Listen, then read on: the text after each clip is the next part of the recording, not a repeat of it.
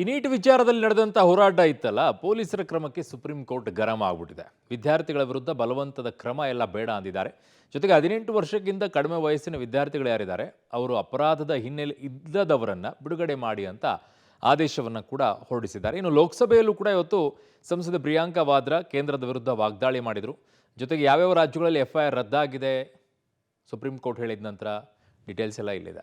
Neat Dangal, ವಿದ್ಯಾರ್ಥಿಗಳ ಮೇಲೆ ಲಾಠಿ ಏಟು, ಪೊಲೀಸರ ಕ್ರಮಕ್ಕೆ ಸುಪ್ರೀಂ ಕೋರ್ಟ್ ಗರಂ, ಬಂಧನಕ್ಕೊಳಗಾದ ವಿದ್ಯಾರ್ಥಿಗಳಿಗೆ ದೊಡ್ಡ ರಿಲೀಫ್. ನೀಟ್ ಅಕ್ರಮದ ವಿರುದ್ಧ ದೆಹಲಿಯ ಜಂತರ್ ಮಂತರ್ ಸೇರಿ ದೇಶದೆಲ್ಲೆಡೆ ಪ್ರತಿಭಟನೆಯಲ್ಲಿ ಭಾಗಿಯಾಗಿ ಬಂಧನಕ್ಕೊಳಗಾದ ವಿದ್ಯಾರ್ಥಿಗಳಿಗೆ ಸುಪ್ರೀಂ ಕೋರ್ಟ್ ದೊಡ್ಡ ರಿಲೀಫ್ ನೀಡಿದೆ. 18 ವರ್ಷದೊಳಗಿನ ವಿದ್ಯಾರ್ಥಿಗಳನ್ನ ಬಿಡುಗಡೆ ಮಾಡುವಂತೆ ಎಲ್ಲಾ ರಾಜ್ಯಗಳಿಗೆ ಸುಪ್ರೀಂ ಕೋರ್ಟ್ ಸೂಚನೆ ನೀಡಿದೆ. ಯಾವುದೇ ಅಪರಾಧ ಹಿನ್ನೆಲೆ ಇಲ್ಲದ ಮತ್ತು 18 ವರ್ಷದೊಳಗಿನ ಎಲ್ಲಾ ವಿದ್ಯಾರ್ಥಿ ಪ್ರತಿಭಟನಾಕಾರರನ್ನ ತಕ್ಷಣವೇ ಬಿಡುಗಡೆ ಮಾಡುವಂತೆ ಆದೇಶಿಸಿದೆ. ಜೊತೆಗೆ ಪ್ರತಿಭಟನೆಗೆ ಸಂಬಂಧಿಸಿದ ಎಲ್ಲ ಡಿಜಿಟಲ್ ಮತ್ತು ಎಲೆಕ್ಟ್ರಾನಿಕ್ ಸಾಕ್ಷ್ಯಗಳನ್ನು ಸಂರಕ್ಷಿಸಬೇಕು ಎಂದು ಕೇಂದ್ರ ಹಾಗೂ ರಾಜ್ಯ ಸರ್ಕಾರಗಳಿಗೆ ನಿರ್ದೇಶನ ನೀಡಿದೆ. ಅಪ್ರಾಪ್ತರನ್ನ ಬಿಡುಗಡೆ ಮಾಡಿ, ಕ್ರಿಮಿನಲ್ಗಳ ವಿರುದ್ಧ ತನಿಖೆ ನಡೆಸಿ. ಇನ್ನು ಪ್ರತಿಭಟನೆಯಲ್ಲಿ ಪೊಲೀಸರು ಎಸಗಿದ್ದಾರೆ ಎನ್ನಲಾದ ದೌರ್ಜನ್ಯದ ಎಲ್ಲ ಆರೋಪಗಳ ಕುರಿತು ಸ್ವತಂತ್ರ, ಪಾರದರ್ಶಕ ಮತ್ತು ಸಮಗ್ರ ತನಿಖೆ ನಡೆಸಲು ಸುಪ್ರೀಂ ಕೋರ್ಟ್ ಚಿಂತನೆ ನಡೆಸಿದೆ. ಪೊಲೀಸರು ವಿದ್ಯಾರ್ಥಿಗಳ ಮೇಲೆ ದೌರ್ಜನ್ಯ ನಡೆಸಿದ್ದಾರೆ ಎಂದು ಆರೋಪಿಸಿ ಸಲ್ಲಿಸಿರುವ ಅರ್ಜಿಗಳ ವಿಚಾರಣೆ ನಡೆಸಿತು. ಪ್ರಜಾಪ್ರಭುತ್ವದಲ್ಲಿ ಆಂದೋಲನಗಳು ನಡೆಯುವುದು ಸಹಜ ಎಂದು ಅಭಿಪ್ರಾಯಪಟ್ಟ ಮುಖ್ಯ ನ್ಯಾಯಮೂರ್ತಿ ಸೂರ್ಯಕಾಂತ್ ನೇತೃತ್ವದ ಪೀಠ ಪ್ರತಿಭಟನಾಕಾರರು ಮತ್ತು ಪೊಲೀಸರ ಕ್ರಮಗಳನ್ನು ನಿಯಂತ್ರಿಸಲು ದೇಶಾದ್ಯಂತ ಏಕರೂಪದ ನಿಯಮಾವಳಿಗಳನ್ನ ಜಾರಿಗೆ ತಂದ ನಂತರ ಯಾರೇ ತಪ್ಪು ಮಾಡಿದ್ರೂ ಅವರನ್ನ ಕಾನೂನಿನಡಿ ಶಿಕ್ಷಿಸಬೇಕು ಅಂತ ಹೇಳಿದ್ರು. ಸಾಕ್ಷ್ಯಾಧಾರಗಳ ಆಧಾರದ ಮೇಲೆ ವೈಜ್ಞಾನಿಕ ತನಿಖೆ ನಡೆಯಬೇಕು. ಈ ಕುರಿತು ಸಮಿತಿ ರಚಿಸುವ ಬಗ್ಗೆ ನಂತರ ತಿಳಿಸಲಾಗುವುದು ಎಂದು ಪೀಠ ಹೇಳಿದೆ. ನೀಟ್ ಪ್ರತಿಭಟನಾಕಾರರ ವಿರುದ್ಧ FIR ವಾಪಸ್, ಸುಪ್ರೀಂ ಕೋರ್ಟ್ ಆದೇಶದ ಬೆನ್ನಲ್ಲೇ ಕೇಸ್ ವಾಪಸ್. ಅಸ್ಸಾಂ, ಬಿಹಾರ, ಮಹಾರಾಷ್ಟ್ರದಲ್ಲಿ FIR ರದ್ದು.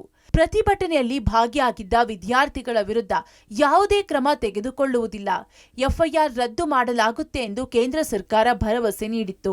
ಈ ಒಪ್ಪಂದ ಉಲ್ಲಂಘನೆಯಾಗಿದೆ ಅಂತ CJP ಕೂಡ ಆರೋಪಿಸಿತ್ತು. ಇತ್ತ ಸುಪ್ರೀಂ ಕೋರ್ಟ್ ಕೂಡ ಅಪ್ರಾಪ್ತರನ್ನ ಬಿಡುಗಡೆ ಮಾಡುವಂತೆ ಗರಂ ಆಗಿತ್ತು.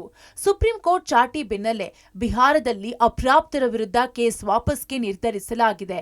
ನೀಟ್ ಅಕ್ರಮ ಖಂಡಿಸಿ ಪಾಟ್ನಾದಲ್ಲಿ ಉಗ್ರ ಸ್ವರೂಪದ ಪ್ರತಿಭಟನೆ ನಡೆದಿತ್ತು. ಪ್ರತಿಭಟನಾಕಾರರ ಮೇಲಿನ FIR ಅನ್ನ ಸರ್ಕಾರ ವಾಪಸ್ ಪಡೆದಿದೆ. ಅತ್ತ ಅಸ್ಸಾಂ ಹಾಗೂ ಮಹಾರಾಷ್ಟ್ರ ಸರ್ಕಾರ ಕೂಡ ವಿದ್ಯಾರ್ಥಿಗಳ ಮೇಲಿನ FIR ರದ್ದು ಮಾಡಿದ್ದಾರೆ. ವಿದ್ಯಾರ್ಥಿಗಳ ಮೇಲೆ ಪೆಲೆಟ್ ಗನ್ ಬಳಸಿದ್ಯಾಕೆ? AK-47 ಗನ್ ಬಳಸಲು ಅನುಮತಿ ಕೊಟ್ಟಿದ್ಯಾರು? ಲೋಕಸಭೆಯಲ್ಲಿ ಸಂಸದೆ ಪ್ರಿಯಾಂಕಾ ವಾಗ್ದಾಳಿ. ಇನ್ನು ವಿದ್ಯಾರ್ಥಿಗಳ ಮೇಲೆ ನಡೆದ ಲಾಠಿ ಪ್ರಹಾರವನ್ನ ಸಂಸದೆ ಪ್ರಿಯಾಂಕಾ ಗಾಂಧಿ ತೀವ್ರವಾಗಿ ಖಂಡಿಸಿದ್ರು. ವಿದ್ಯಾರ್ಥಿಗಳ ಮೇಲೆ ಪೆಲೆಟ್ ಗನ್ ಬಳಸಿದ್ಯಾಕೆ? ಅದಕ್ಕೆ ಅನುಮತಿ ಕೊಟ್ಟಿದ್ಯಾರು? ವಿದ್ಯಾರ್ಥಿಗಳ ಮೇಲೆ AK-47 ಗನ್ ಬಳಕೆ ಮಾಡಿದ್ಯಾಕೆ? ಅವರೆಲ್ಲ ವಿದ್ಯಾರ್ಥಿಗಳು, ಉಗ್ರವಾದಿಗಳಲ್ಲ. ಕೇಂದ್ರ ಸರ್ಕಾರಕ್ಕೆ ಯುವ ಶಕ್ತಿ ಕಂಡ್ರೆ ದಿಗಿಲು ಇದೆ ಅಂತ ಕಿಡಿಕಾರಿದ್ರು. देश के युवाओं पर पैलेट गन्स और AK-47 चलवाने की क्या आवश्यकता थी? क्या वे आतंकवादी हैं? हाँ, कांग्रेस बोल रही है। किसने ऑर्डर दिया? प्रधानमंत्री जी ने दिया, गृह मंत्री जी ने दिया। जवाब देंगे?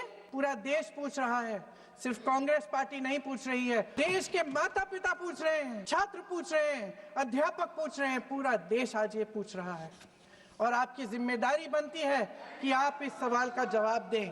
ಇನ್ನೊಂದೆಡೆ ಲೋಕಸಭಾ ಕಲಾಪದಲ್ಲಿ ನೀಟ್ ಪರೀಕ್ಷಾ ಅಕ್ರಮ ತಡೆ ಮಸೂದೆ ಮೇಲೆ ಚರ್ಚೆ ನಡೆಸಿದ್ದು ಸರ್ಕಾರದ ವಿರುದ್ಧ ವಿಪಕ್ಷಗಳು ಮುಗಿಬಿದ್ದವು.